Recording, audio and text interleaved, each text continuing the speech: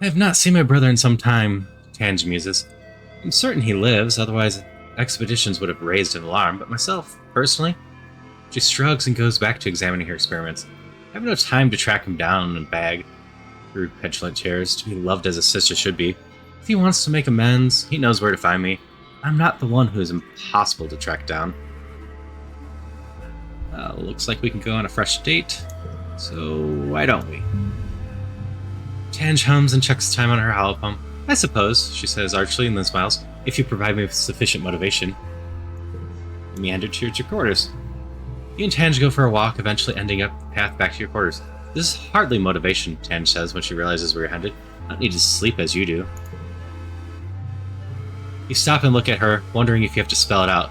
She holds your eye, revealing nothing except for a subtle twitch of the corner of her mouth. Finally, she relents. Oh, you mean for the purposes of copulation, she says. Why didn't you say so? Who knew Tang could be such a tease, literally. You're all out of bed at noon. Because you're allowed to, because it's your birthday. But also because you're exhausted. You barely slept at all last night. You've been having those nightmares since the siege. More and more every night, like they're trying to tell you something urgent. You can't make any sense of it. All the imagery is jumbled together, all these possibilities and timelines and things that might happen. Some nights you wake in a cold sweat and scream already in your throat. Sit on the edge of your bed, run a hand through your hair and check your holopalm. A few people wished you happy birthday, but that's all. You guess you're getting older, birthdays aren't as important as they used to be. Right, and Mars wants to meet you for lunch in the lounge today. You have to practice your smile. As you enter the lounge...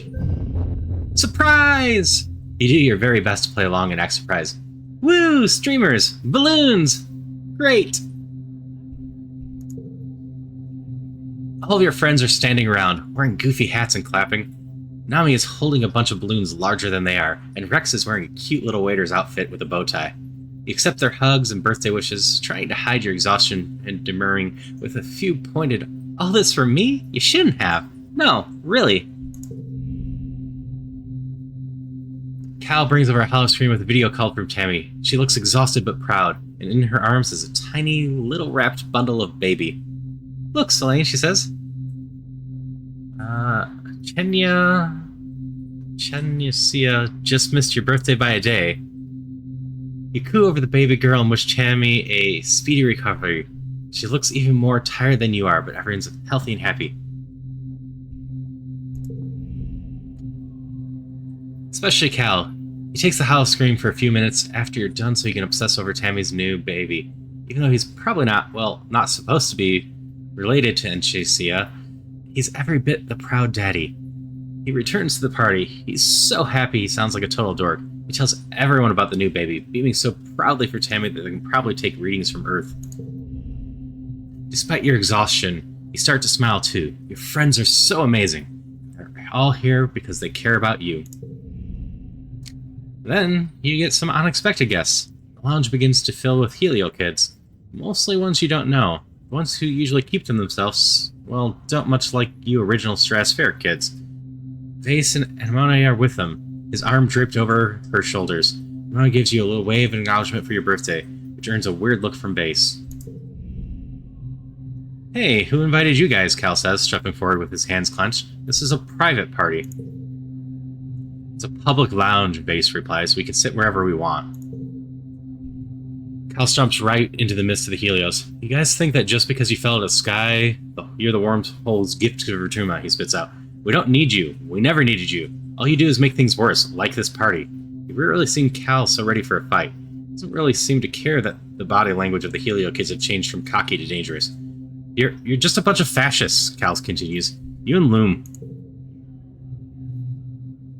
Lounge erupts, chairs screeching across the floor as Helios jam to their feet, yelling at Cal, calling the colony illegal and Cal a fugitive. They jostle him around, but Cal plants his feet and stands his ground. You hear a bottle breaking and see someone advancing on Cal. He's not backing down. Probably want to stop it in general. Otherwise, Cal might be getting stabbed to death with a bottle. Your voice is drowned out by your argument. Then someone throws a punch, and it's all chaos from there. Despite Cal's bravado and brawny physique, he's no fighter. One of the Helio kids sucks him in the stomach, and he goes down like a felled Gnarltree. Rex throws himself between Cal and his assailants, catching a few kicks on Cal's behalf before the healers get tired and leave, with a few parting shots at Cal's alleged romantic interactions with the float cows. Base doesn't get involved, but he doesn't stop them either. He's the last to leave the lounge, staring hard at Rex before smirking and turning away. Rex helps Cal to his feet. First time, huh? He says, dusting off Cal's clothes. Don't worry, they probably got it out of their system. Good on you for sticking up for yourself. Hermione lingers at a distance, clearly angry at Cal, but feeling bad about the fight. Well, Mars exclaims, clapping her hands. That was enough excitement, I think. Let's move on to the important part. Cake and presents. Under Mars' skillful party-hosting hand, the mood shifts back to festive.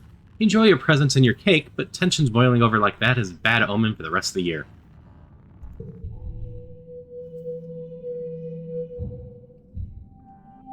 We will assist with medbay and work on getting more empathy. You've begun to earn Instance's grudging respect, at least so far as the medbay goes. You think she's just grateful that someone else has to deal with the colony's constant minor medical annoyances. You learned a lot about her in snippets here and there. You know, she's never had any kids. She's never donated genetic material to make kids. In fact, she seems put off by the prospect.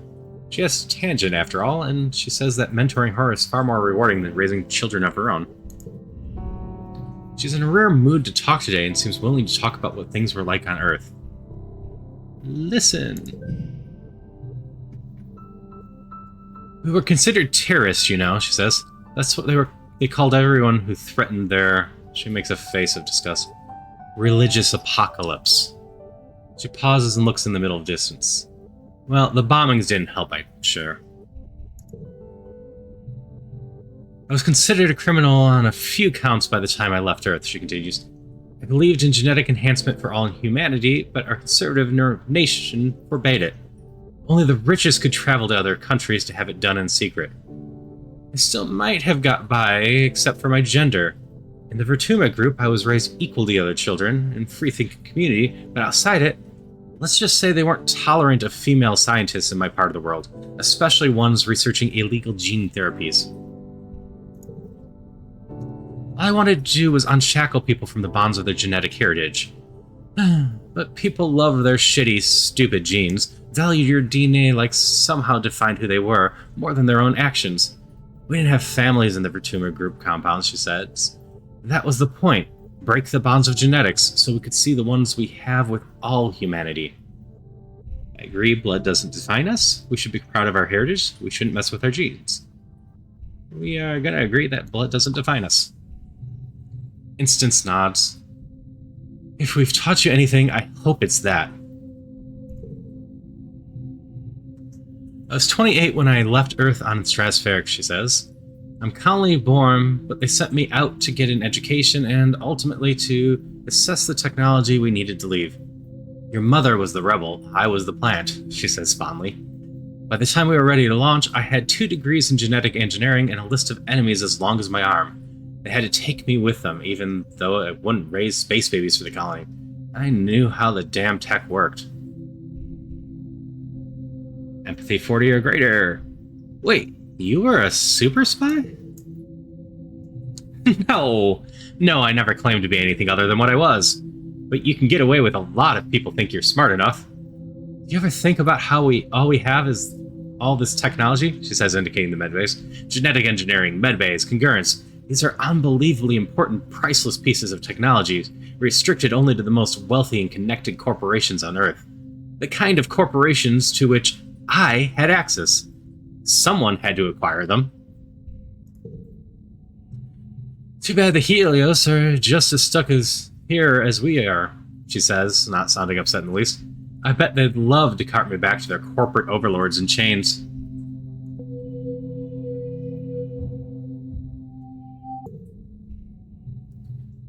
Dr. Instance wakes you up one night with an urgent message on your holopalm. An unseasonal attack has left several security officers in terrible condition. They all rush in at once, just as you arrive, still rubbing sleep from your eyes. Instance takes the worst case and tells you to triage the other 3. Vase has been shot in the shoulder. He's alert and helps bring in the others, then stays and collapses in the chair. When Amani sits with him, her whole face is a mask of red cut from a cut on her scalp. She looks stunned. Another lieutenant, Helk, is unconscious, but nothing seems to be wrong with her from the outside. Base tells you that she's been hit with a charging xeno. Who do you help first? Why don't we go with the person that likely has internal bleeding and is unconscious? Helk is clearly in need of the most in need of attention. Another soldier helps lift her in the medbed and connect it via your heli pump. Back down notices with her is internal bleeding. Whatever hit her crushed her liver and ruptured her spleen. The medbed is on the case. It flashes through its suggestions and outcomes, and finally a big green button to start, you press it. The bed hums quietly, doing its work. Helk will be grateful when she wakes up.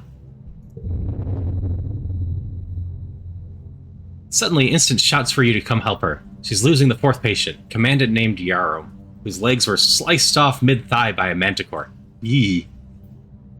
They've lost too much blood, and the mid-bay cellular regeneration field is too slow to deal with the cascading issues their body is having. You and the doctor are going to have to deal with this the old-fashioned way. Tourniquets, saline IV, and blood transfusions. The patient's going to head into a hemorrhaging shock. You have to work fast. You summon all your medical knowledge and manage to staunch the bleeding, stabilizing your patient until the medbed can complete the amputation properly. Instance looks like she wants to pat your shoulder, but stops. You're both covered in blood. You did well today, Slane. I'm glad for your support. I think it's obvious you deserve a pay raise. I'll put in the request for your promotion to head nurse.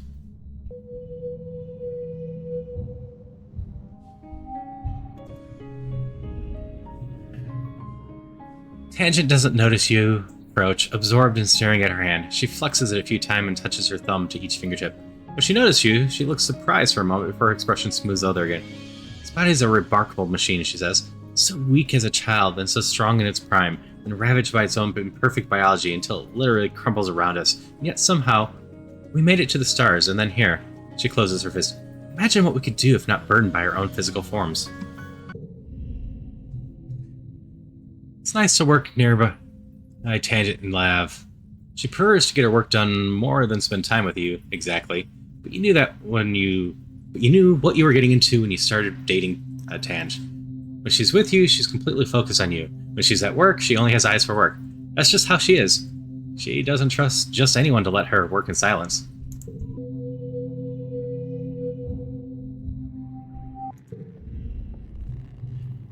You heard Security Chief Rhett is on the lookout for lookouts. That is, for kids to chill out on top of the walls all afternoon and count Xenos. Sounds way better than going to class. He gives you once-over, eyes narrowed. All right, he says. Look over there, at the end of the field. What does that sign say?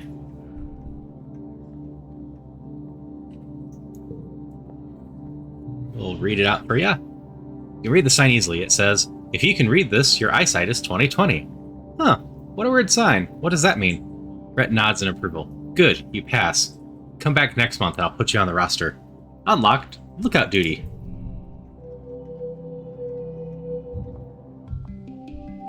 Alright, I believe this will get us the empathy skill. Dr. Instance is really protective of the colony's genotech machine, which is used to make babies, correcting congenital abnormalities and granting them genetic enhancements before they're implanted in the womb. It's in its own room, locked tight with all of the colony's precious frozen embryos from Earth in an adjoining freezer. It's also sometimes used for deep gene treatments, like gender information therapy. Truly miracle device.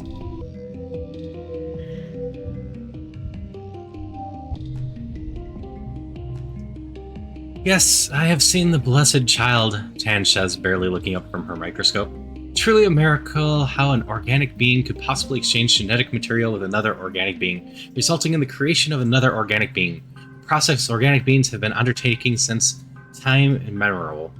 She circles her fingers in a ear. Yippee, she says, dry as the dust.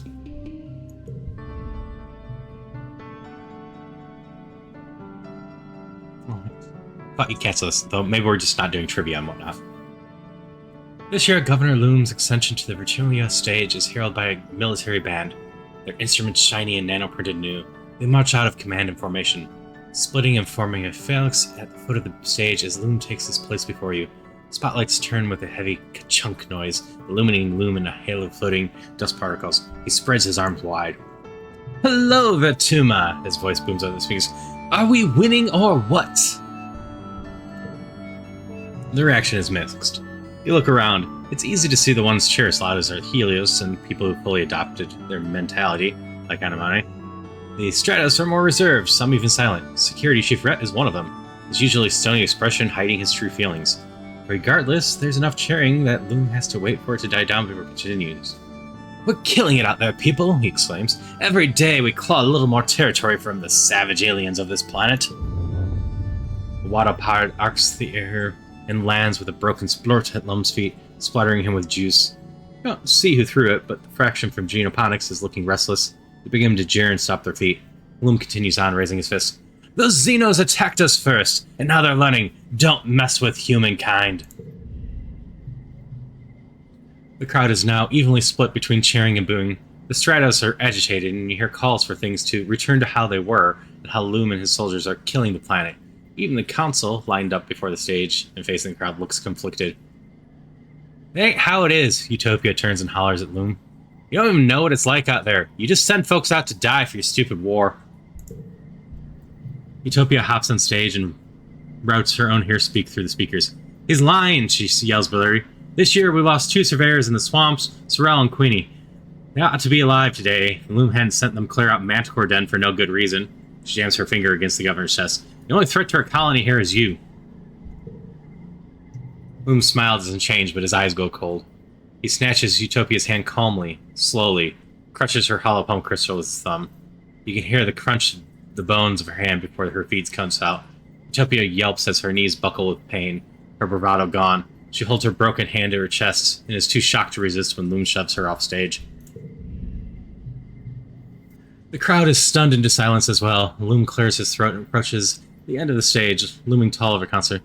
"Thank you for your input," he says icily. "Your concerns have been noted."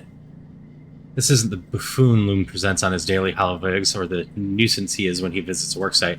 You see something in his eyes you've only caught glimmers of before. Hatred.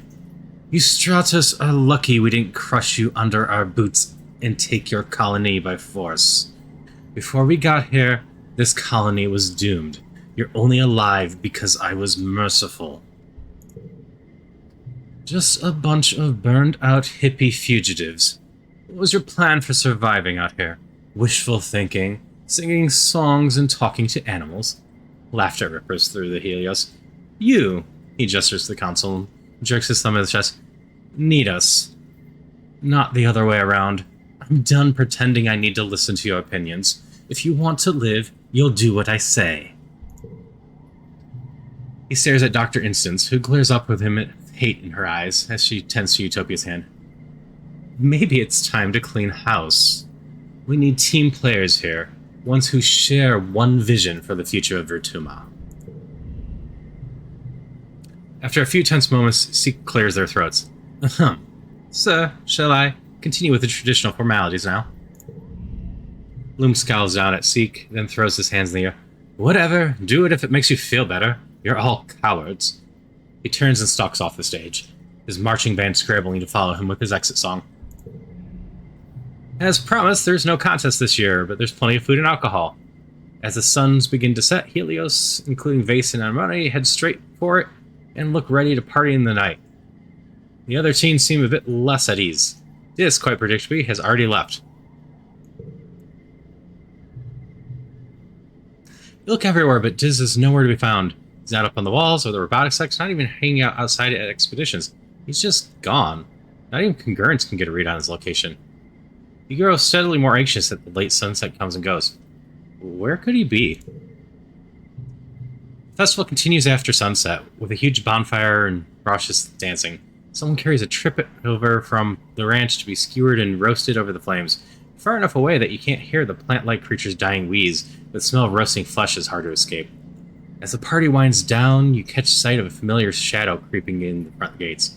Gurn's cheerfully informs you that she now has the location data for Diz, and you breathe a sigh of relief. At least he's home. But where was he? The week after Vertulia is one of the hottest since you landed. You're supposed to take time off for a much-needed break, but it's just so humid and awful that tempers are short.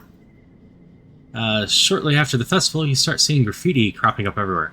It seems that a lively, if not particularly civil, conversation between the two factions is being held on the flat surfaces of the colony. Loom announces a zero-tolerance policy for political graffiti, but you notice that not every tag is being removed. Just the ones against the war, of course. The atmosphere of the colony is oppressive and thick as the choking dust heat itself. Everywhere you try to relax, people just want to talk about the war. To make matters worse, the sweltering nights are making your nightmares intense again. You return to work feeling more stressed than before.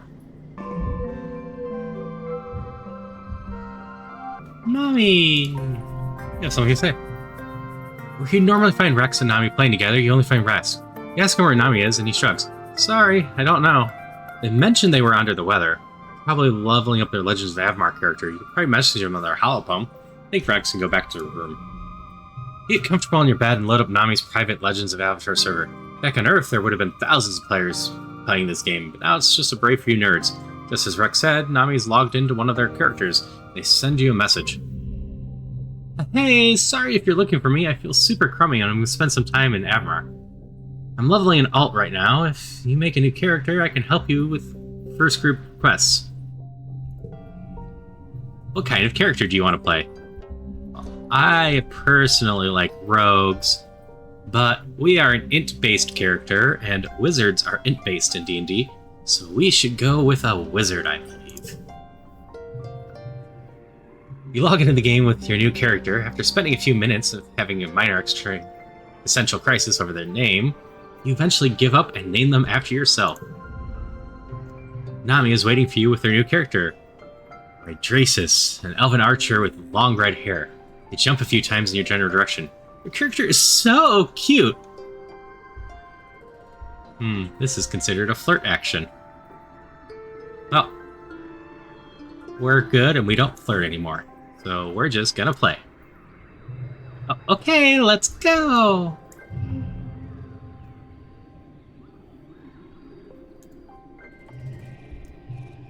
You do the first few quests with Nomi. Their character is a little more powerful than yours, so there's a lot of time to chat. Nomi keeps up running banter about your adventures, typing as if they're speaking for their character. Dear my bow, meddlesome creatures, the forest will not miss your presence! It's hard not to notice how much more serious and well-spoken Nomi seems when they're writing in character instead of speaking. You didn't know they had it in them. Do you play along? Forsooth I do. You type back, Arcane powers, seal thine fate! Nami sends you a string of hearts. You play for a bit until you have to stop and sell your loot at the vendor, marveling at accessories you'll be able to buy when you have some more gold. Nami opens a trade window with you and plunks a necklace in it. It's one of the expensive ones with a huge increase in stats. Galactic. I thought it would look good on you.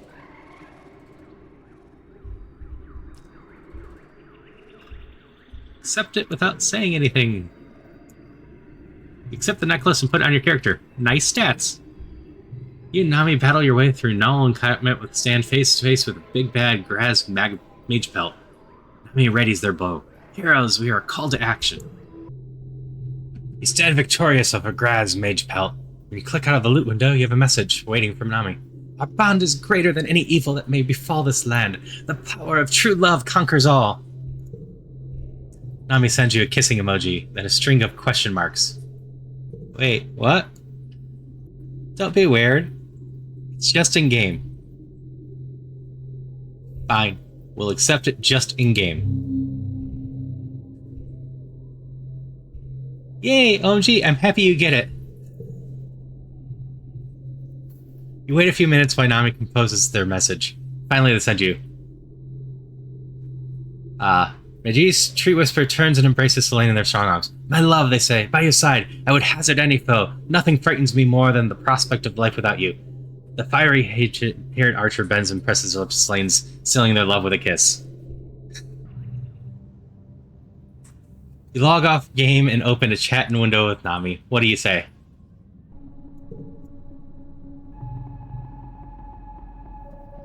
Oh my gosh, it was nothing. I was like having fun, I promise. Don't like anyone like that, haha. Sometimes it feels like everyone's just a big ball of hormones here. Like all of a sudden everyone cares about who's doing smutty stuff and I'm just like sitting here.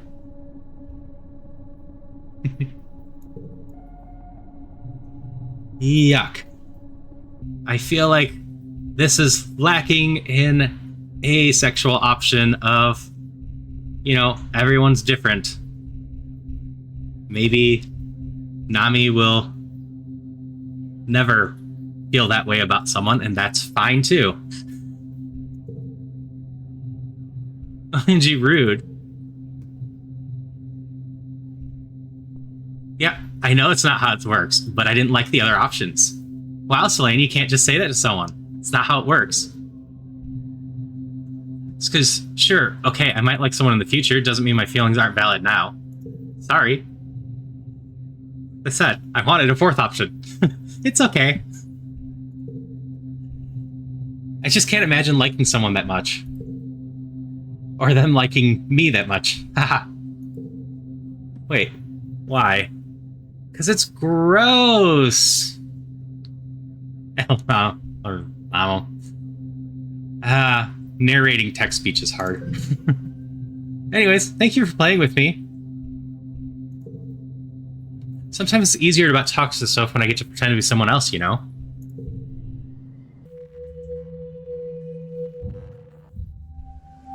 Unlike our Tammy, I have no desire to have children of my own, Tange says. In truth, I'm not entirely certain my body's capable of it. However, I work to ensure a future for all human children of Virtuma. She clenches her fist at the side. I am not a mother, and I'm not a soldier. I am a scientist, first and foremost. This is my conviction. I will to safeguard our future. It is my legacy.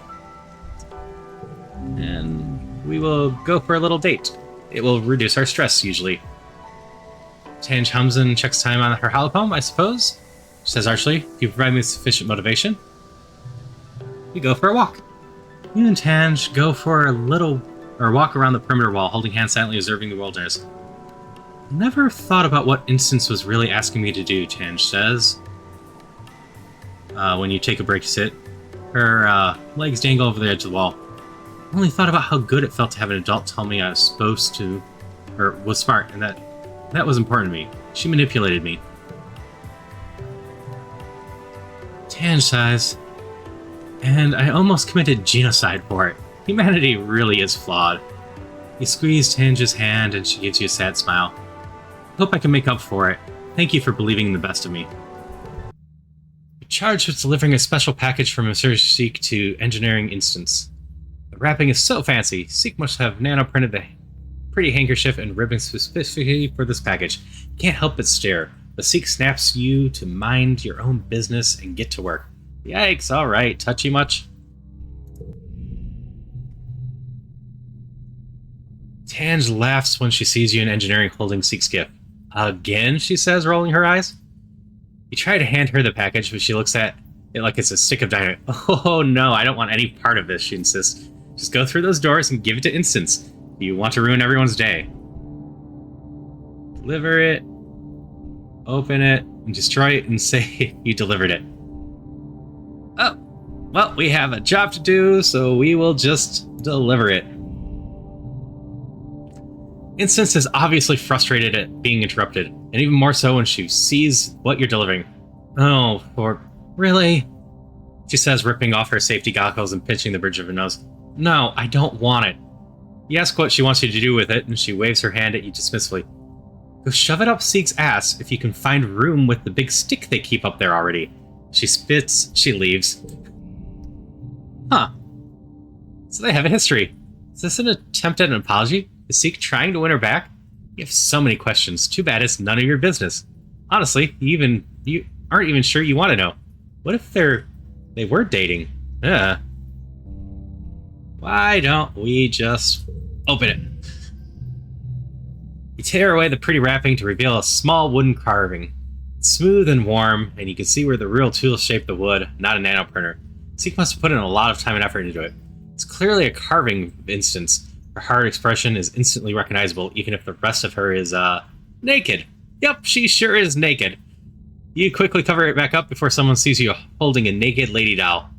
Thinking, probably won't use it to, blackmail them, but might lead to an interesting story event down the line if we keep it, so why don't we just keep it?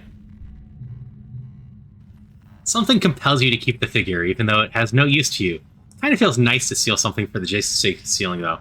Is it really stealing if nobody wants it? Oh no, now you're overthinking it.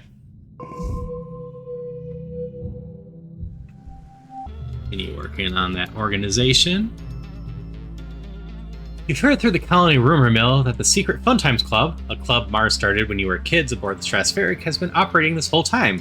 When you ask Mars about it, she graciously allows you to sit in on the next meeting. The mood, as Mars calls the meeting to order, is somber. Money won't be joining us today, she announces, or probably ever again. She told me she's too busy with training and stuff, and she didn't want to do any more sneaking around. She sniffs dismissively. It's okay, she was kind of square anyway. We need someone to replace her.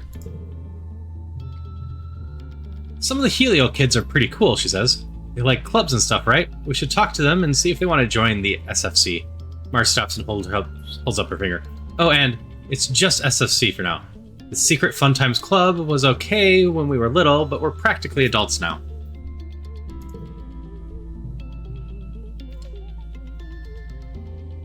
What about the new Governor Loom, Tange asks. I know he's technically adult, but he's fairly young. It would be beneficial to have someone with actual clout on our side. That's a terrible suggestion. Mars gives Tange a withering look. We already have someone important in the club, Tange, but thank you for your contribution. She crosses her arms and thinks, I mean, Loom's alright, kind of dumb, but like, you don't have to be smart to be hot, you know? I can't believe we just let him be in charge. I've listened to him on some council meetings and they're total chaos. It's like he has no idea what he's doing. That's kind of mean, Mars, Tammy says. I'm sure he's trying his best. We should invite him over for snacks and tea and see if he knows help learning how to fit in. And shouldn't we be trying to have fun and not getting involved in politics? Nami. A club? Nami asks when you bring it up. Well, maybe. I am looking for more people to play Laser Fable with me. It's no fun with just me and Rex. They brighten. Hey, wait, can Rex join? Because Rex is my best friend. Anywhere I go, he comes too. It's been that way forever since we were kids. There's no way I'm letting him fill out. Looks like you got another two.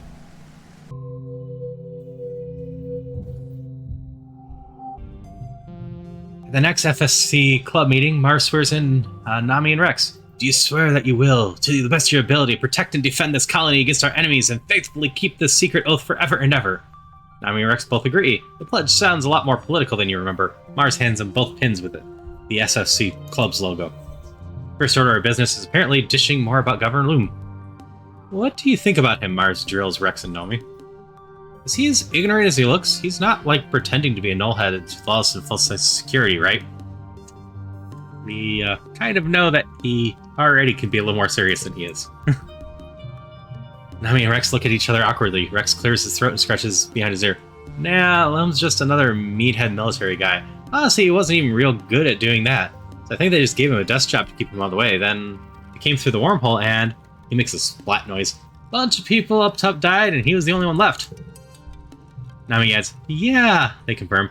He's like pretty okay, I guess. We don't know him that well. Mars stares openly at Nami and Rex. Wait, you're telling me that he's the leader of the whole colony and he has all the governing experience of a trivet sandwich? Nami and Rex look at each other again and then shrug and nod. Marcus claims, pulling their hair in indignation. I would be a better governor than this idiot. He just sits in his office recording super Hollywood videos about how we're winning and winning. It's so pointless.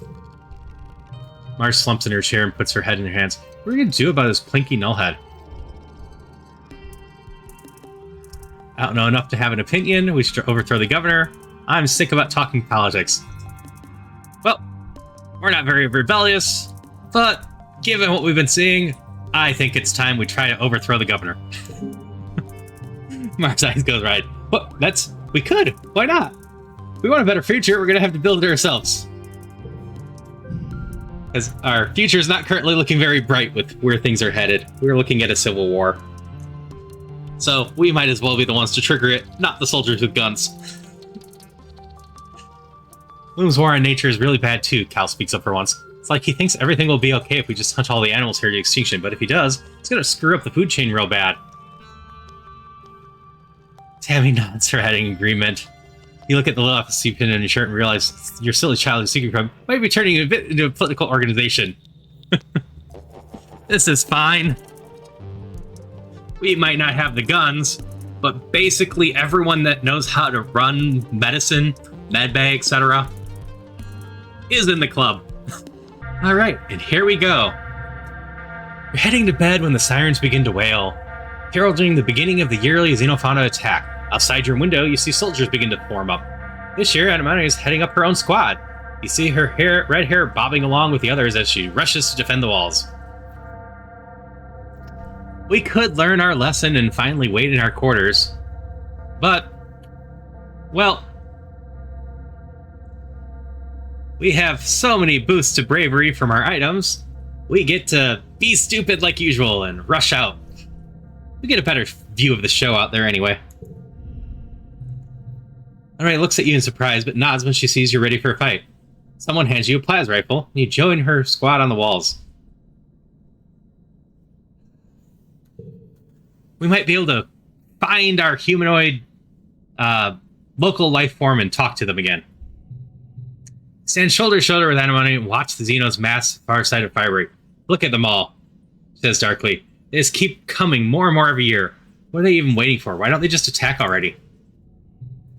She shoots a look at the rest of her squad, all the Helios, mostly young adults like you, and lowers her voice. Just want to get this over with, you know, she confides you. These Helios learned to march before they could walk. I want to prove I can handle myself as well as they can.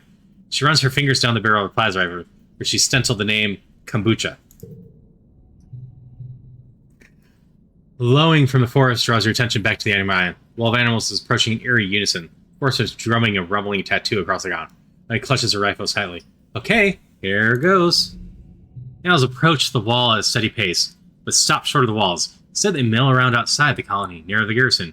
Very silence, you hear the sudden cackle of plasma rifle fire, and flying creature falls to the ground. Your security chief Rhett from his post in the walls telling his squad to hold their fire. His voice rings through the still expectant ear. The Xenos are just standing there. Then, an explosion rocks through the colony, the shockwave hitting you like a physical blow, and the heat right after, like walking into a wall fire. You're pelted with debris raining down from the sky. Calm of smoke billows from the burning section of the walls near the garrison. From the thick belt and shock ripples through the colony. You can't imagine it was on purpose. Iron recovers first, letting out a string of horror. These assholes, she yells. They knew our weakest point. How? She gestures to the flood of Xenos pouring through the gaping hole in the wall. There, she orders. Protect the gates. Shoot them from the walls. Xenos pour through the smoking hole in the wall, wave after wave of creatures of all sizes. Fist-sized insects all the way up to megafauna like brush bulbs and muckwalkers, great lumbering beasts like the which you've never seen. The largest ones soak up the gunfire and smash through the defenders on the ground, while the smaller, faster creatures make for the ship and geobonics domes. As your squad is getting in the rhythm of defense, Governor Loom swoops up the tips. You can see the whites around all his furious eyes as he grabs both of you in the your shirt fronts, almost hauling you off your feet. Which one of you did it, he growls. Which one of you set the bombs? But it wasn't us, Anamag claims, clutching Lum's forearm.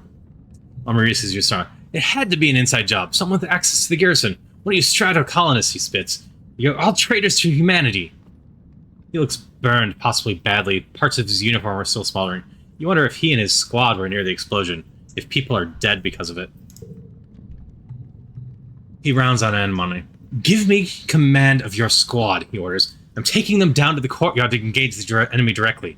Took a chance on you, Anamani, but you cannot be trusted, just like the rest of them. My squad?